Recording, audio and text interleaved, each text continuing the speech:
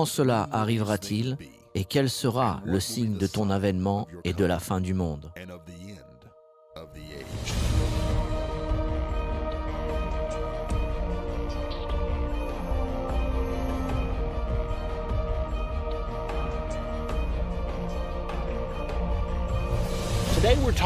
Aujourd'hui, nous allons parler de la seconde venue de Jésus-Christ sur cette terre. Dans la dernière partie de Comprendre la fin des temps, nous avons parlé des 7 trompettes. La seconde venue de Jésus aura lieu au son de la 7e trompette, qui est bien sûr la dernière trompette. Mais aujourd'hui, nous allons étudier les détails de ce qui va se passer à la seconde venue de Jésus-Christ. La seconde venue de Jésus est prophétisée à plusieurs endroits dans l'Écriture. Le passage que je veux vous lire maintenant a été donné juste avant l'ascension de Jésus au ciel. Il se trouve dans Actes au chapitre 1. Ce qui s'est passé, c'est que Jésus avait été crucifié, il avait passé 3 jours et 3 nuits dans le tombeau, puis il est ressuscité. Et au cours des 40 jours suivants, il s'est montré vivant à plusieurs personnes. Il est apparu à diverses personnes à des moments différents. Il est également apparu devant une foule de 500 personnes. Il nous a donné des preuves infaillibles qu'il était bien ressuscité d'entre les morts. Après ces 40 jours, il a amené ses disciples au mont des Oliviers.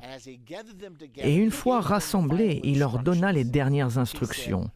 Il leur dit « Retournez à Jérusalem et restez-y jusqu'à ce que vous receviez la puissance d'en haut. » Il leur parla ainsi car bon nombre d'entre eux habitaient en Galilée et auraient pu rentrer chez eux. La Galilée se trouvait à environ 60 km au nord de Jérusalem. Donc il leur dit « Retournez à Jérusalem et restez-y jusqu'à ce que vous receviez une puissance d'en haut. Vous serez baptisés du Saint-Esprit dans peu de jours. » Après leur avoir donné ces instructions, il leur a dit « La raison pour laquelle vous aurez tant besoin du Saint-Esprit, c'est qu'il vous donnera la puissance nécessaire pour accomplir ma commission. » Il leur a dit « Après que le Saint-Esprit soit descendu sur vous, vous serez mes témoins à Jérusalem, en Judée, en Samarie et jusqu'aux extrémités de la terre. » Après leur avoir donné ces dernières instructions, la Bible nous dit qu'il leva ses mains pour les bénir.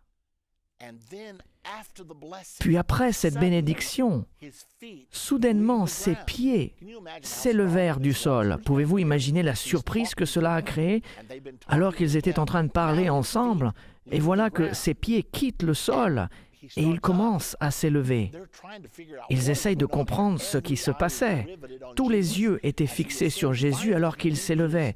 Et lorsqu'il atteignit le niveau des nuages, la Bible nous dit qu'une nuée le déroba à leurs yeux. Ils regardaient, espérant le voir de nouveau.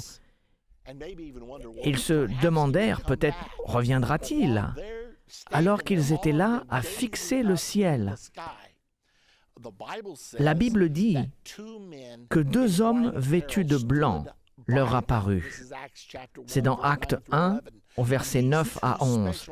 Et ces 2 messagers de Dieu ont dit « Hommes galiléens, pourquoi vous arrêtez-vous à regarder au ciel ? Ce Jésus, voici la promesse, écoutez-la bien, ce Jésus qui a été enlevé au ciel du milieu de vous reviendra de la même manière que vous l'avez vu allant au ciel. » C'est la promesse que Jésus reviendra sur terre. Maintenant, ses disciples n'avaient aucune idée que la promesse durerait 2000 ans. Et cette promesse n'est pas encore réalisée. Et cela fait bientôt 2000 ans. Mais ça ne veut pas dire que cela n'arrivera pas. C'est une promesse ferme et c'est la promesse de la deuxième venue de Jésus-Christ. Une chose que nous devons comprendre alors que nous étudions sa deuxième venue est que cela va affecter chacun d'entre nous, chaque être humain sur terre. Cette deuxième venue ne sera pas comme la première. Jésus pensait qu'il était important que nous soyons sûrs de comprendre cela. car il savait que juste avant sa deuxième venue, il y aurait des gens qui prétendraient être le Messie, disant même qu'il s'agit là de la seconde venue de Jésus. Nous en sommes déjà témoins. De temps en temps, vous entendez aux informations « Voici un Messie », comme Lord Maitreya à Londres, ou d'un Messie apparaissant quelque part dans le Moyen-Orient. Il y a toutes sortes de rapports, et Jésus savait que cela arriverait. Ainsi, dans Matthieu 24, qui est le chapitre de la Bible le plus connu sur les prophéties, Jésus nous donne des instructions concernant sa deuxième venue. Il ne s'agira pas d'un bébé dans une étable, couché dans une crèche. Il ne s'agira pas de Jésus passant inaperçu par la porte arrière et apparaissant mystérieusement quelque part. Ce ne sera pas comme ça. Voici ce que Jésus a dit dans Matthieu 24, 23. « Si quelqu'un vous dit alors le Christ est ici ou il est là, ne le croyez pas. Car il s'élèvera de faux Christ et de faux prophètes. Ils feront de grands prodiges et des miracles, au point de séduire s'il était possible, et je suis content que cette phrase soit là, de séduire s'il était possible même les élus. Voici, je vous l'ai annoncé d'avance. Si donc on vous dit, voici, il est dans le désert, n'y allez pas, ignorez-le, n'y faites pas attention. Voici, il est dans les chambres, ne le croyez pas. Pourquoi ?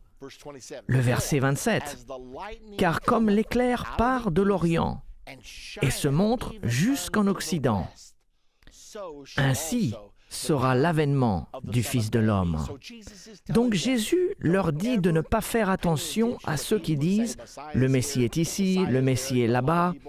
Vous savez, beaucoup croient que le Messie musulman arrive, il est appelé le 12e imam ou le Mahdi.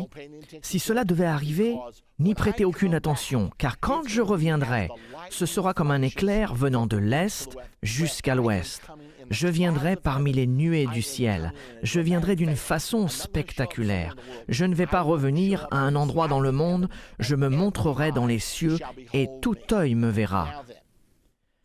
Maintenant, parlons un peu plus des détails de ce qui se passera exactement lors de la deuxième venue, car il y a de fortes chances que vous et moi soyons vivants lors de son retour. En continuant dans Matthieu 24, 29, Jésus a dit « Aussitôt après ces jours de détresse, le soleil s'obscurcira, la lune ne donnera plus sa lumière, les étoiles tomberont du ciel. » Et les puissances des cieux seront ébranlées.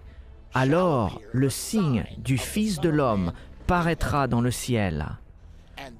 Toutes les tribus ou les nations de la terre se lamenteront, et elles verront le Fils de l'homme venant sur les nuées du ciel avec puissance et une grande gloire. Et il enverra ses anges avec la trompette retentissante. Et ils rassembleront ses élus des quatre vents d'une extrémité des cieux à l'autre. Ainsi, nous voyons que lorsque Jésus reviendra, tout œil le verra, et il enverra ses anges pour rassembler ses élus. L'Écriture nous en dit davantage sur son déroulement. Regardons un peu plus loin dans Matthieu 24, 40. Il nous est dit que lorsque l'enlèvement aura lieu, la deuxième venue prendra place. Alors, de deux hommes qui seront dans un champ, l'un sera pris et l'autre laissé. Imaginez-vous, deux hommes travaillant dans un champ. Ils seront soit en train de conduire des tracteurs, soit en train de travailler la terre, et soudainement, l'un d'eux quittera le sol et s'élèvera vers le ciel. Peut-être qu'il aura témoigné à son ami Joe, lui ayant dit, « Tu sais, le Seigneur va revenir, tu dois être prêt. » Mais Joe n'a rien voulu entendre. Il n'a prêté aucune attention, il ne l'a pas cru. Puis d'un coup, son ami part, et tandis qu'il le regarde monter, il lui crie, « Attends, attends !» Mais il est trop tard. Et il le regarde s'élever dans le ciel. La Bible indique également que deux femmes moudront à la meule. Une chose courante du temps biblique était que les femmes moulaient le blé pour obtenir de la farine et le maïs pour obtenir de la semoule. C'était très commun. C'est pourquoi Jésus s'en est servi comme illustration. et vous verrez deux femmes travaillant ensemble. De nos jours, peut-être qu'elles seraient dans le jardin en train de planter des fleurs. Puis d'un coup, une femme parlerait à l'autre et elle n'aurait aucune réponse. Elle lèvera la tête et verra les vêtements de l'autre à terre. Maintenant, je ne sais pas avec certitude si les vêtements se trouveront là, mais nous savons que Jésus a laissé ses habits lorsqu'il est ressuscité des morts. Il les a laissés dans la tombe. Alors, les vêtements seront peut-être laissés. Elle lèvera les yeux et verra son ami s'élever vers le ciel. Et elle réalisera qu'il s'agit de l'avènement dont son ami lui avait parlé. Ainsi, deux femmes moudront à la meule, l'une sera prise, l'autre laissée. Et vous pouvez répéter ce scénario avec toutes les choses possibles qui se passent en ce moment dans le monde. Dans Luc 17, il est dit que deux personnes qui seront dans le même lit, l'une sera prise et l'autre laissée. Peut-être un mari et sa femme. Peut-être que le mari ne sert pas Dieu, mais l'épouse le fait. Le mari se réveillera à 3 heures du matin car quelque chose le tracasse. C'est comme si le lit avait bougé. Il étend donc son bras et elle n'est plus là. Il lève les yeux juste pour voir ses pieds disparaître au travers du plafond. Il comprend immédiatement, car elle lui avait parlé depuis si longtemps. Elle avait longtemps prié pour lui. Il sort en courant et la voit s'éloignant du toit et s'élever vers le ciel. Le ciel sera probablement illuminé par l'éclat de la deuxième venue de Jésus-Christ. Et il va peut-être crier « Reste, attends, aide-moi !» Trop tard. Ce sera comme ça. Ce sera merveilleux si vous êtes celui qui est pris, mais ce sera terrible si vous êtes celui qui est laissé. Essayons de comprendre à quoi ressemblera l'enlèvement, car il s'agit d'un événement qui va bientôt arriver. L'apôtre Paul nous enseigne au sujet de l'enlèvement dans 1 Thessaloniciens au chapitre 4 et au verset 13. « Nous ne voulons pas, frères, que vous soyez dans l'ignorance au sujet de ceux qui dorment. » Il parle de leur mort. Il était courant dans la Bible de se référer aux gens qui sont nés de nouveau et décédés comme étant endormis, car la croyance était si forte que la mort était temporaire qu'ils allaient ressusciter. Donc, au sujet de ceux qui dorment, afin que vous ne soyez pas affligés comme les autres qui n'ont point d'espérance. Car si nous croyons que Jésus est mort et qu'il est ressuscité, croyons aussi que Dieu ramènera par Jésus et avec lui ceux qui sont morts. Si nous croyons que Jésus est mort et qu'il est ressuscité, c'est donc l'évidence que nous, qui sommes morts en Jésus et qui avons reçu son Saint-Esprit, nous sortirons de la tombe comme il l'a fait. L'apôtre Paul essaie de nous enseigner au sujet de l'enlèvement. Il continue et dit au verset 15, « Voici en effet ce que nous vous déclarons d'après la parole du Seigneur. Nous les vivants, restés pour l'avènement du Seigneur, nous ne devancerons pas ceux qui sont morts. » Voici comment cela va se passer. Car le Seigneur lui-même a un signal donné à la voix d'un archange, au son de la trompette de Dieu. Pouvez-vous imaginer à quel point ce sera extraordinaire? Le Seigneur lui-même qui arrivera avec un cri de triomphe, la voix d'un archange et la trompette de Dieu. Et la suite nous dit, « Et les morts en Christ ressusciteront premièrement. » Ensuite, nous, les vivants qui serons restés, nous serons changés de mortels en immortels et nous serons tous ensemble enlevés avec eux sur des nuées à la rencontre du Seigneur dans les airs. Donc, tout comme Jésus a été enlevé, nous serons ainsi enlevés et serons à tout jamais avec le Seigneur. Ainsi, les chrétiens qui seront vivants sur la terre à l'heure de la deuxième venue. Une fois que les morts en Christ ressusciteront, nous monterons tous ensemble à la rencontre du Seigneur dans les airs. Il existe d'autres instructions données par l'apôtre Paul à ce sujet. Et il nous enseigne d'autres choses qui se produiront également. Je veux m'assurer que nous le comprenons bien, car aujourd'hui nous parlons de ce qui va arriver lors de son avènement. Dans 1 Corinthiens, au chapitre 15 et versets 51 à 54, Paul a dit « Voici, je vous dis un mystère, un secret. Nous ne mourrons pas tous. Il y aura des gens vivants sur terre au service de Jésus-Christ à l'heure de sa seconde venue. Nous ne mourrons pas tous, mais tous nous serons changés en un instant, en un clin d'œil, à la dernière trompette. Souvenez-vous que nous avons parlé de la 7e trompette. Eh bien, c'est de celle-ci que nous parlons maintenant. En un instant, en un clin d'œil, à la dernière trompette. Beaucoup ont enseigné que nous allons tout simplement disparaître à la dernière trompette. Mais ce n'est pas ce que la Bible nous dit. La Bible nous dit que nous serons changés en un instant, en un clin d'œil. Et elle continue en disant « Et la trompette sonnera, et les morts ressusciteront incorruptibles. » Cela veut dire qu'ils auront alors un corps immortel. Et nous, qui sommes vivants, nous serons changés. Puis Paul continue en disant « Car il faut que ce corps corruptible revête l'incorruptibilité, et que ce corps mortel revête l'immortalité. » Être mortel signifie être capable de mourir. Le terme latin morto signifie mourir. Ainsi, ce corps mortel qui peut mourir se revêtira de l'immortalité, un nouveau corps qui ne peut pas périr. Et alors s'accomplira la parole qui est écrite, « La mort a été engloutie dans la victoire ». Assurons-nous donc de comprendre comment tout cela va se passer. La dernière trompette sonnera et nos corps, si nous sommes toujours vivants, seront changés en un instant de mortels en immortels. Ensuite, nous serons enlevés. Nos pieds quitteront le sol de la même façon que les pieds de Jésus ont quitté le sol. Les morts en Christ seront ressuscités et nous serons enlevés ensemble pour rencontrer le Seigneur dans les airs.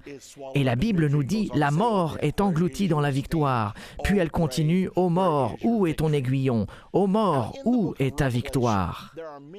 Maintenant, dans le livre de l'Apocalypse, il y a plusieurs récits sur la seconde venue de Jésus-Christ. Le livre de l'Apocalypse n'est pas vraiment un livre de révélation, mais il s'agit plutôt de la révélation de Jésus-Christ. Le premier verset du chapitre 1 de l'Apocalypse nous dit « Révélation de Jésus-Christ, que Dieu lui a donné pour montrer à ses serviteurs les choses qui doivent arriver bientôt. » Le mot traduit par révélation est « apocalypsie » et il signifie « révéler ». Donc il s'agit bien de la révélation de Jésus-Christ au monde. Le livre entier de l'Apocalypse, 22 chapitres, est consacré à la dramatisation et au récit de la façon dont la deuxième venue se produira, car il s'agit du summum de toute l'histoire humaine. C'est le moment où Jésus-Christ viendra sur la terre pour détruire les trônes humains et établir le royaume de Dieu promis depuis si longtemps. Donc, le livre de l'Apocalypse décrit à plusieurs reprises son avènement sous différents angles. Nous allons maintenant examiner ces récits car il est intéressant de découvrir ce que Dieu a voulu que nous sachions. Il a consacré 22 chapitres afin de répéter à plusieurs reprises la merveilleuse révélation de Jésus-Christ lors de sa venue sur terre. Un des récits que nous voulons examiner se trouve dans le chapitre 6 de l'Apocalypse. Il s'agit du 6e sceau de la deuxième venue. Le verset 12 nous dit « Je regardais quand il ouvrit le 6e sceau. Il y eut un grand tremblement de terre. Le soleil devint noir comme un sac de crin. La lune entière devint comme du sang. Et les étoiles du ciel tombèrent sur la terre, comme les figues vertes d'un figuier secoué par un vent violent. » Maintenant, il y a 7 sceaux. Nous regardons le 6e sceau en ce moment, car il nous est dit ce qui va se passer quand il viendra. Un grand tremblement de terre, le soleil devient noir. Souvenez-vous de cela, car nous allons le relire dans un autre récit. La lune devient comme du sang, les étoiles du ciel tombent. Il continue en disant dans ce passage, « Le ciel se retira comme un livre qu'on roule, et toutes les montagnes et les îles furent remuées de leur place. » Nous parlons de cet événement dramatique et incroyable qui est la seconde venue de Jésus-Christ. Puis il continue en disant, « Les rois de la terre, les grands, les chefs militaires, les riches, les puissants, tous les esclaves et les hommes libres se cachèrent dans les cavernes et dans les rochers des montagnes. Et il disait aux montagnes et aux rochers, « Tombez sur nous et cachez-nous devant la face de celui qui est assis sur le trône et devant la colère de l'agneau. Maintenant, ce sera un moment merveilleux quand son peuple sera enlevé pour le rencontrer dans les airs. Cependant, ce sera aussi un moment pour ceux qui ont vécu dans la rébellion et qui n'ont pas donné leur vie à Jésus-Christ et n'ont pas cru en l'Évangile. La Bible nous dit que ce sera pour ceux qui ont désobéi le moment de la colère de l'agneau. Jésus-Christ étant l'agneau. Souvent, nous accentuons la miséricorde et l'amour de Jésus-Christ et nous oublions de prêcher cette partie de la Bible, que ceux qui le rejettent finiront par subir la colère de Dieu et nous ne voulons qu'aucune personne ne la subisse. Le verset 17 continue « Car le grand jour de sa colère est venu. Et qui peut subsister ?» Imaginez-vous les gens courant vers les rochers et les montagnes s'écriant « Tombez sur nous et cachez-nous de la face de celui qui est assis sur le trône, car le jour de sa grande colère est venu. » Il y a un autre récit dans Apocalypse 11 au verset 15, et cela se passe à la 7e trompette. Il y a 7 sceaux, il y a 7 trompettes. Ceci est le récit de la 7e trompette concernant la 2e venue. Le verset 15, « Le 7e ange sonna de la trompette, et il y eut dans le ciel de fortes voix qui disaient « Le royaume du monde est remis à notre Seigneur et à son Christ, et il régnera au siècle des siècles. » Donc il s'agit là d'une chose merveilleuse. C'est la transition du gouvernement humain, les royaumes de ce monde, au royaume de Dieu, le royaume promis de Dieu. Les royaumes de ce monde deviendront les royaumes de notre Seigneur et de son Christ. Et il régnera à partir de ce moment-là pour toujours et à jamais. Et il continue dans le verset 16. « Et les 24 vieillards qui étaient assis devant Dieu sur leur trône tombèrent sur leurs faces. Et ils adorèrent Dieu en disant « Nous te rendons grâce, Seigneur Dieu Tout-Puissant, qui est et qui était, car tu as saisi ta grande puissance et as pris possession de ton règne. » Cela sera un événement incroyable. La transition du royaume humain qui a gouverné le monde depuis le commencement de l'humanité vers le royaume promis de Dieu. Cet événement est également raconté dans Daniel 7 au verset 9. Daniel nous dit « Je regardais pendant que l'on plaçait des trônes, et l'Ancien des jours s'assit. Il a vu ainsi des trônes des gouvernements humains détruits, et l'Ancien des jours assis. » Ce sera en fait la réalisation de la prière que beaucoup d'entre nous avons priée. Que ton règne vienne, que ta volonté soit faite sur terre. Vous êtes en train de lire les prophéties de cet événement qui aura lieu dans un futur proche, où cette prière sera exaucée. Puis dans le verset 18 du chapitre 11 d'Apocalypse, il est dit « Les nations se sont irritées, ta colère est venue, et le temps est venu de juger les morts, de récompenser tes serviteurs les prophètes, les saints et ceux qui craignent ton nom, les petits et les grands, et d'exterminer ceux qui détruisent la terre. » Donc, que va-t-il se passer? Les nations seront en colère et cela les poussera à envahir Israël à Armageddon. Ceci aura lieu à la bataille d'Armageddon. Les nations seront en colère et elles essayeront d'envahir Israël pour la détruire. Et Dieu se fâchera à cause de leur rébellion. Mais ce ne sera pas qu'une période de colère, car remarquez qu'il est aussi dit que c'est le temps de récompenser les prophètes et les saints, de récompenser ses serviteurs, les prophètes. Puis le verset 19 nous dit « Et le temple de Dieu dans le ciel fut ouvert. » Nous verrons cela à plusieurs reprises. Et l'arche de son alliance apparut dans son temple, et il y eut des éclairs, des voix, des coups de tonnerre, un tremblement de terre et une forte grêle. Souvenez-vous que nous avons parlé de cela dans le 6e sceau. Des mêmes choses, des éclairs, des voix, des coups de tonnerre, un tremblement de terre, une forte grêle. Nous étudions la seconde venue de Jésus-Christ. Dans notre prochaine partie, nous continuerons l'étude des différents récits du livre de l'Apocalypse sur la seconde venue de Jésus. Et lorsque nous continuerons avec cette étude sur la seconde venue de Jésus, j'aimerais vous demander de penser où vous en êtes avec Jésus-Christ. Supposons que vous soyez dehors avec un ami et que la seconde venue survienne, que votre ami parte et que vous restiez. Vous ne voulez pas être dans cette position-là. Ainsi, l'une des raisons pour lesquelles nous faisons cette leçon aujourd'hui est que nous voulons nous assurer que chaque personne qui regarde ce programme ou ce DVD ne manque pas l'avènement. Nous ne voulons pas, si vous êtes une femme qui travaille avec une amie, que vous soyez laissés, et nous ne voulons pas non plus qu'elle soit laissée. C'est à ça que ce cours entier est consacré.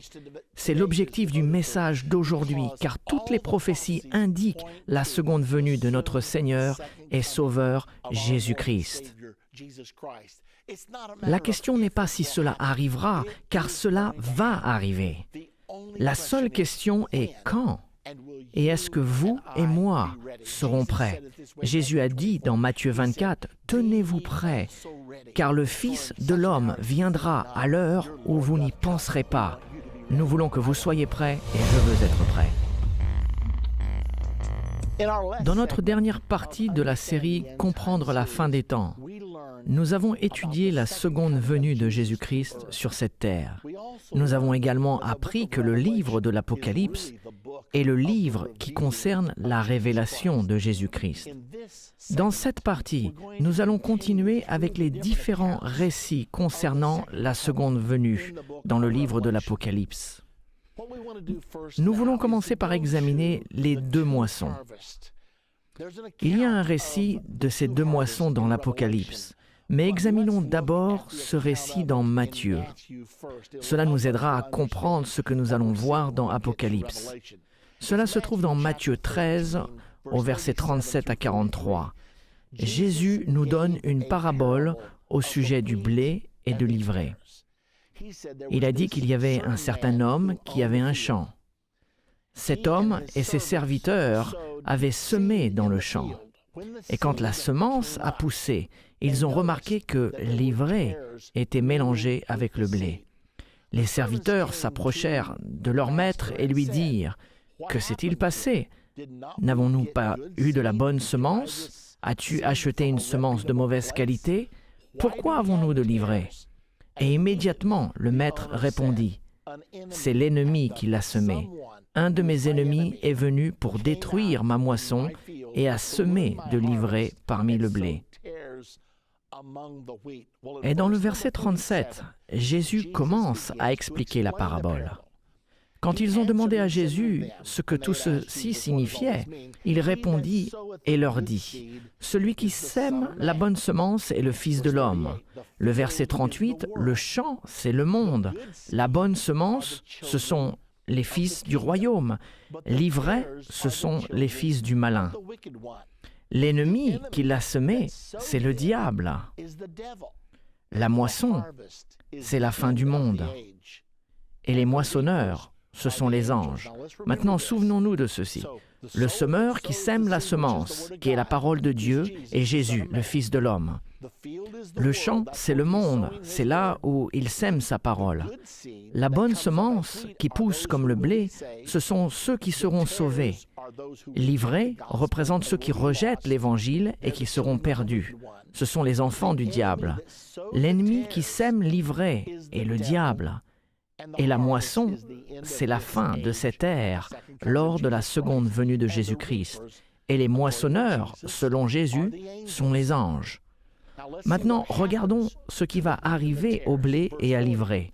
Le verset 40. « Or, comme on arrachait l'ivraie et qu'on la jette au feu, il en sera de même à la fin du monde. » Ils avaient demandé au maître, « Devons-nous sortir pour arracher l'ivraie du blé ?» Mais il a répondu, « Non, non, vous déracinerez le blé en même temps. Attendez jusqu'à la moisson. Nous amasserons le blé et le mettrons dans les greniers et nous lierons l'ivraie et la brûlerons. » Donc Jésus a dit, de même que l'ivraie sera liée, les méchants seront jugés à la fin du monde. Le Fils de l'homme enverra ses anges qui arracheront hors de son royaume tous les scandales et ceux qui commettent l'iniquité. Et ils les jetteront dans une fournaise ardente. Et il y aura des pleurs et des grincements de dents. Voici ce qui arrivera à ceux qui rejettent l'Évangile.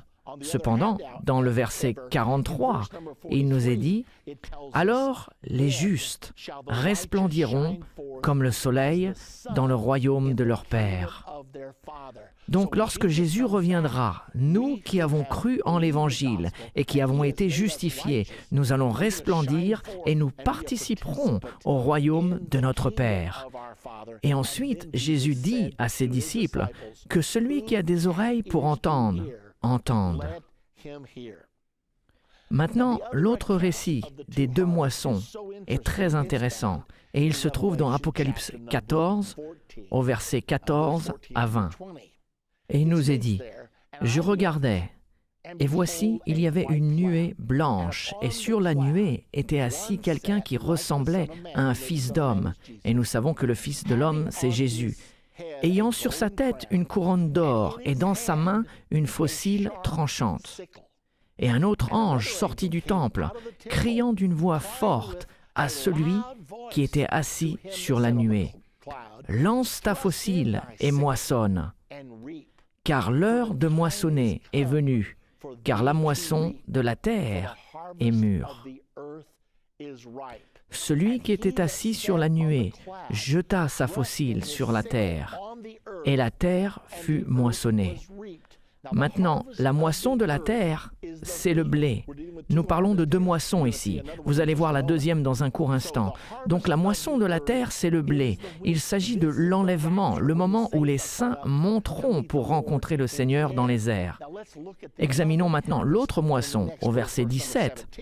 Un autre ange sortit du temple, qui est dans le ciel, ayant lui aussi une faucille tranchante. Et un autre ange sortit de l'autel, qui avait autorité sur le feu, et s'adressa d'une voix forte à celui qui avait la faucille tranchante, disant, « Lance ta faucille tranchante, et vendange les grappes de la vigne de la terre, car les raisins de la terre sont mûrs. » Voilà l'autre moisson dont nous avons parlé. Et la vigne de la terre fait référence à l'ivraie, qui se trouve dans la prophétie des deux moissons du chapitre 13 de Matthieu. Il continue au verset 19. « Et l'ange jeta sa faucille sur la terre, et il vendangea la vigne de la terre et jeta la vendange. Il n'a pas fait ça au ciel, mais dans la grande cuve de la colère de Dieu. » Rappelez-vous de cette phrase, « la cuve de la colère de Dieu ». La cuve fut foulée hors de la ville, en parlant de la ville de Jérusalem, et du sang sortit de la cuve jusqu'aux morts des chevaux sur une étendue de 1600 stades. Donc l'enlèvement aura bien lieu, et en même temps, les habitants de la terre, les armées de la terre seront jetés dans la cuve, parlant de la bataille d'Armageddon. C'est à ce moment où la colère de Dieu, la Bible l'appelle la cuve de la colère de Dieu. Elle sera foulée hors de la ville. Juste en dehors de la ville de Jérusalem se situe une vallée, appelée la vallée de Cédron. Elle est aussi connue comme la vallée du carnage, et c'est là où la bataille d'Armageddon culminera. Elle commencera dans la plaine de Magiddo, qui se situe au nord d'Israël, puis l'armée israélienne reculera contre les armées du gouvernement mondial, descendant la vallée du Jourdain avant leur dernière confrontation dans la ville de Jérusalem. Cela fait environ 250 kilomètres. Remarquez dans ce passage, il est dit « le sang coulera sur une étendue de 1600 stades ».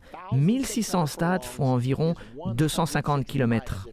Si vous partez de Magiddo, dans le nord, puis passez par la vallée du Jourdain jusqu'à Jérusalem, cela fait une distance d'environ 250 kilomètres.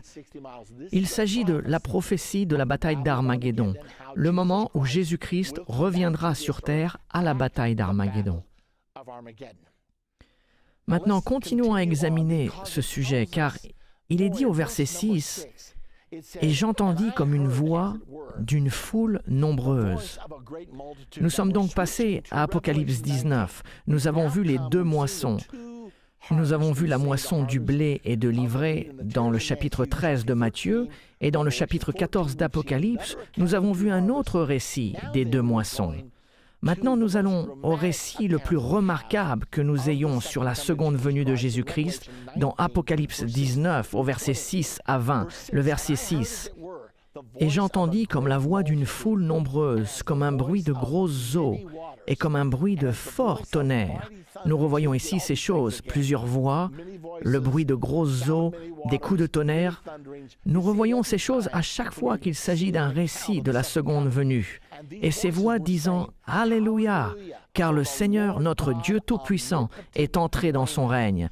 Réjouissons-nous, soyons dans l'allégresse et donnons-lui gloire. Car les noces de l'agneau sont venues, son épouse s'est préparée. Vous savez que dans l'Écriture, l'Église représente l'épouse de Jésus-Christ.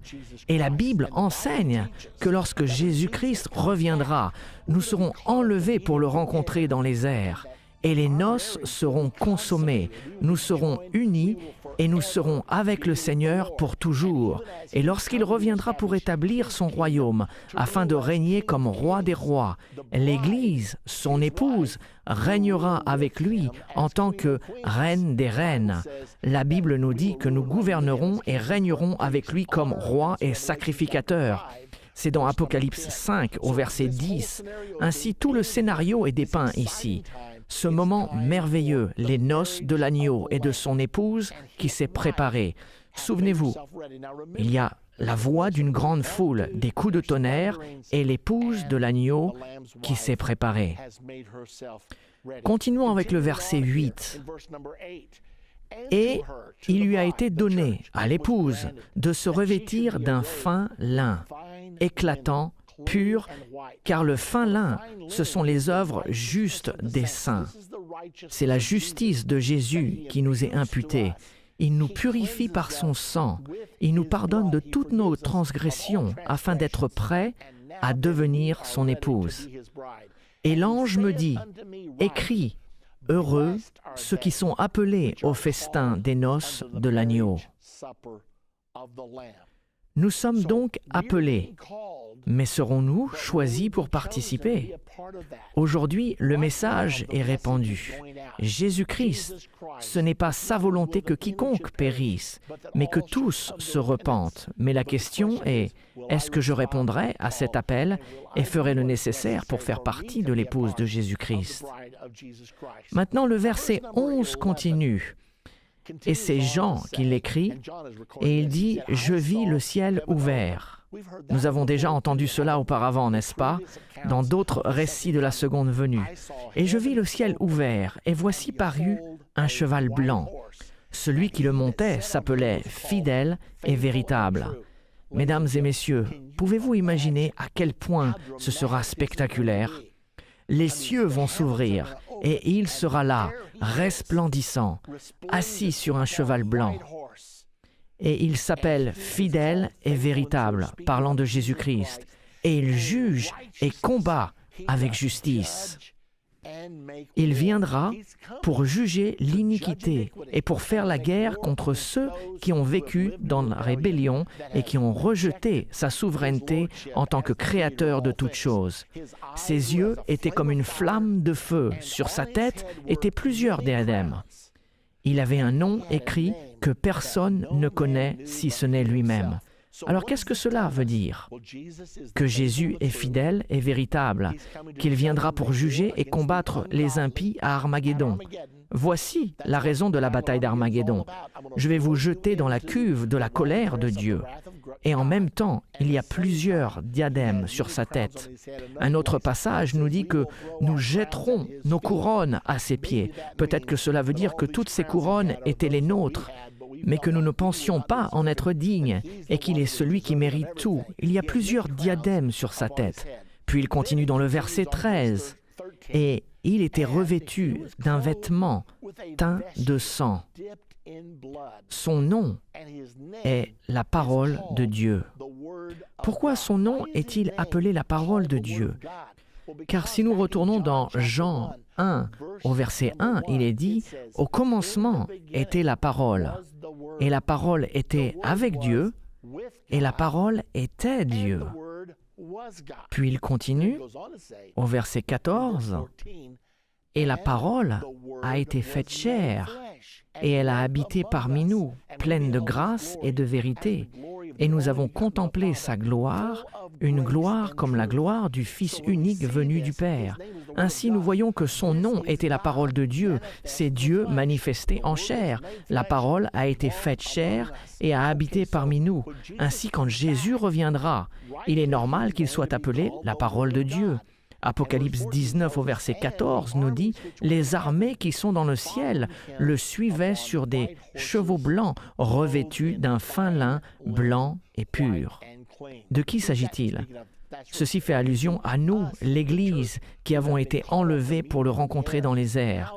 Dès lors, nous descendrons avec lui pour la bataille d'Armageddon. Et la Bible nous dit que nous viendrons avec lui sur le mont des Oliviers et serons avec lui pendant qu'il anéantit les armées de l'Antichrist. Et ainsi, nous le couronnerons roi des rois et seigneur des seigneurs. Le verset 15 continue en nous disant davantage sur la venue spectaculaire de Jésus-Christ. De sa bouche sortait une épée aiguë pour frapper les nations. Mesdames et messieurs, si nous ne faisons pas attention, nous allons essayer de changer l'Écriture. Dieu est en colère avec les nations. Dieu est en colère avec le mal auquel les gens se sont adonnés. Nous avons pris la Bible en disant « Je sais que la Bible dit ceci, mais je ne le crois pas ». Nous avons violé l'Écriture. Que nous parlions de l'avortement ou de l'immoralité, ou de tout autre sujet, la Bible dit que quand Jésus reviendra, il frappera les nations. Mais si vous êtes pris pour le rencontrer lors de l'enlèvement, vous ne serez pas affectés, car vous aurez revêtu votre corps immortel et vous serez du côté du Seigneur. Il les pètera avec une verge de fer. Lors du royaume de Dieu, il ne tolérera aucune contestation, car les voies de l'homme ont causé la guerre, les afflictions, les maladies, tous les maux de l'humanité. C'est arrivé ainsi car l'humanité n'a fait qu'à sa façon, et maintenant Jésus va enseigner au monde comment vivre en paix. La Bible dit « Il foulera la cuve du vin de l'ardente colère du Dieu Tout-Puissant ». Remarquez qu'il fait encore référence à la cuve. Nous lisons cela dans Apocalypse 19. Cette même cuve est aussi mentionnée dans la deuxième moisson, dans le chapitre 14. Il s'agit du même événement. Le même événement dans le chapitre 6, chapitre 11, chapitre 14, et nous voici dans le chapitre 19. Et il, Jésus-Christ, avait sur son vêtement et sur sa cuisse un nom écrit « Roi des rois, Seigneur des seigneurs ». Car c'est ce qu'il est. Il gouvernera les nations avec une verge de fer. Il continue au verset 17 en nous indiquant davantage sur ce qui va se passer lors de sa venue. « Et je vis un ange qui se tenait dans le soleil. » Tout ceci semble spectaculaire, car c'est un événement spectaculaire. C'est l'événement le plus spectaculaire depuis le commencement du monde. Il cria d'une voix forte, disant à tous les oiseaux qui volaient au milieu du ciel, « Venez, rassemblez-vous pour le grand festin de Dieu. » Il parle ainsi aux oiseaux ici, afin de manger la chair des rois, la chair des chefs militaires, la chair des puissants, la chair des chevaux et de ceux qui les montent, la chair de tous, libres et esclaves, petits et grands. Maintenant, regardons cela avec les yeux de Dieu. Ceci nous donne un aperçu de ce que Dieu pense concernant ce qui se passe dans notre monde aujourd'hui. Nous avons des guerres et des bruits de guerre, des hommes tuant d'autres hommes, des femmes tuant d'autres femmes. C'est horrible ce qui se passe dans notre monde actuel. La parodie ultime sera au moment où les nations du monde, sous la bannière de l'ONU, s'opposeront à Israël, tentant de la forcer à se soumettre au système du gouvernement mondial. Ceci va mettre Dieu tellement en colère qu'il dira « Vous, tous les oiseaux des champs et du ciel, venez, rassemblez-vous, car je vais vous servir un grand festin. » C'est un peu sanglant de penser ainsi, mais c'est ce qui va se passer. Dieu est si en colère avec les nations qu'il dira « Vous allez manger la chair des rois, des chefs militaires, des puissants, de tous les hommes libres et esclaves, petits et grands. » Puis au verset 19, Jean nous dit « Et je vis la bête. » De quoi s'agit-il? La bête, dans le livre de l'Apocalypse, correspond à l'Antichrist, le dirigeant mondial. Il sera l'homme politique le plus important de son époque. Il dirigera le gouvernement mondial qui est en train de se former au travers du processus de la mondialisation. Et je vis la bête, les rois de la terre, ceux qui supporteront la bête, et leur armée rassemblée pour faire la guerre à celui qui était assis sur le cheval, à Jésus-Christ et à son armée, son Église immortelle. Le verset 20. Et la bête fut prise, et avec elle le faux prophète, son partenaire religieux, qui avait fait devant elle les prodiges par lesquels il avait séduit ceux qui avaient pris la marque de la bête et adoré son image. Ils furent tous les deux, l'Antichrist et le faux prophète, jetés vivants dans l'étang ardent de feu et de soufre.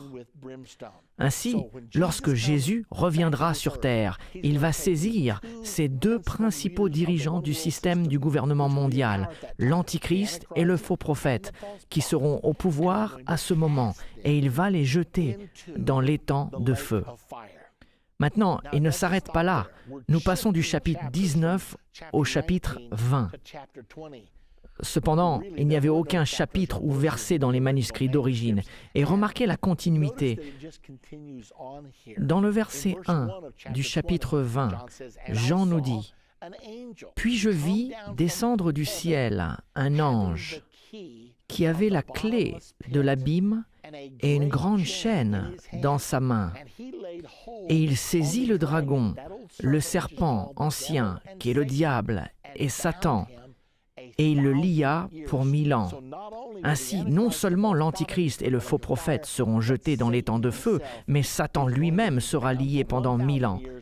Il le jeta dans l'abîme, ferma et scella l'entrée au-dessus de lui, afin qu'il ne séduise plus les nations. La raison de nos nombreux problèmes dans notre monde aujourd'hui est que ses habitants sont séduits, les nations sont séduites. C'est ahurissant ce que les gens croient aujourd'hui et qui est complètement erroné, mais le monde entier y croit. Et si vous ne le croyez pas, ils considèrent que c'est vous qui vous êtes trompés. Le fait est que les nations du monde vivent actuellement dans la déception, mais lorsque Satan sera lié, il ne pourra plus les séduire, jusqu'à ce que les 1000 ans soient accomplis. Après cela, il faut qu'il soit délié pour un peu de temps. Ainsi, il sera lié pendant 1000 ans, de sorte qu'il ne puisse séduire les nations. Puis au verset 4 du chapitre 20, il est dit « Et je vis des trônes, et à ceux qui s'y assirent fut donné le pouvoir de juger, et je vis les âmes de ceux qui avaient été décapités à cause du témoignage de Jésus et à cause de la parole de Dieu, et de ceux qui n'avaient pas adoré la bête ni son image, ni le gouvernement mondial, et n'avaient pas reçu sa marque sur leur front. Ils n'ont pas accepté la marque de la bête. Ils revinrent à la vie et ils régnèrent avec Christ pendant 1000 ans. Ceci fait référence tout particulièrement à ceux qui ont été tués pour avoir résisté à la marque de la bête, qui sera utilisée dans un avenir proche pour tenter d'imposer la conformité au système du gouvernement mondial. Et il dit « Je vis cela, et après sa venue, ils revinrent à la vie, car ils sont ressuscités au son de la dernière trompette. Et ils vécurent et régnèrent avec Christ pendant 1000 ans. » Il continue au verset 5, « Les autres morts, parlant de ceux qui sont morts sans Christ, ceux qui ne sont pas encore ressuscités, ne revinrent point à la vie jusqu'à ce que les 1000 ans soient accomplis. » Cette résurrection des justes, c'est la première résurrection. Heureux et saints ceux qui ont part à la première résurrection. La seconde mort n'a point de pouvoir sur eux, signifiant que lorsque vous vous revêtrez votre corps immortel, vous n'aurez plus à vous soucier de la mort. La seconde mort n'a point de pouvoir sur eux, mais ils seront sacrificateurs de Dieu et de Christ, et ils régneront avec lui pendant 1000 ans. Ainsi, ceux qui sont morts sans Christ demeureront morts pendant les 1000 ans jusqu'au jugement du trône blanc. Celle-ci est donc la première résurrection, et la Bible nous dit « Heureux et saint celui qui a part à la première résurrection, car la seconde mort n'a pas de pouvoir sur eux. » Maintenant, il est si important pour nous tous de faire partie de cette première résurrection. Dans notre prochaine partie de Comprendre la fin des temps, Ce sera la dernière leçon de notre série Comprendre la fin des temps. Cette dernière leçon sera la plus importante de toute la série. Jésus a dit que si un homme ne naît de nouveau, il ne pourra entrer dans le royaume de Dieu. Nous avons étudié le royaume de Dieu, l'établissement du royaume de Dieu, la déclaration de Jésus en tant que roi des rois et seigneur des seigneurs. Mais dans ces 2 prochaines leçons, nous allons parler de ce qu'il faut faire pour être sûr de faire partie du royaume de Dieu. Comme je l'ai déjà mentionné, Jésus a dit dans Jean 3, « Si un homme ne naît de nouveau, il ne peut voir le royaume de Dieu. » Mais il y a tant de gens qui emploient le terme « né de nouveau » sans vraiment comprendre ce que cela veut dire. Ainsi, dans notre prochaine leçon, nous allons expliquer la signification d'être né de nouveau et nous allons apprendre également comment sera le règne de 1000 ans de Jésus-Christ sur terre. Pas une seule guerre pendant 1000 ans. Le loup et l'agneau s'allongeront côte à côte. Les enfants joueront au-dessus du trou de la vipère et elle ne leur fera point de mal. Il y aura la paix sur la terre, de la bienveillance envers les hommes. Ce sera un temps merveilleux. Et nous allons apprendre les principes qui seront promulgués pour nous permettre de vivre dans la paix pendant 1000 ans. Par conséquent, ne manquez pas ces 2 dernières leçons, car elles sont importantes. Nous apprendrons ce qu'est vraiment le royaume de Dieu.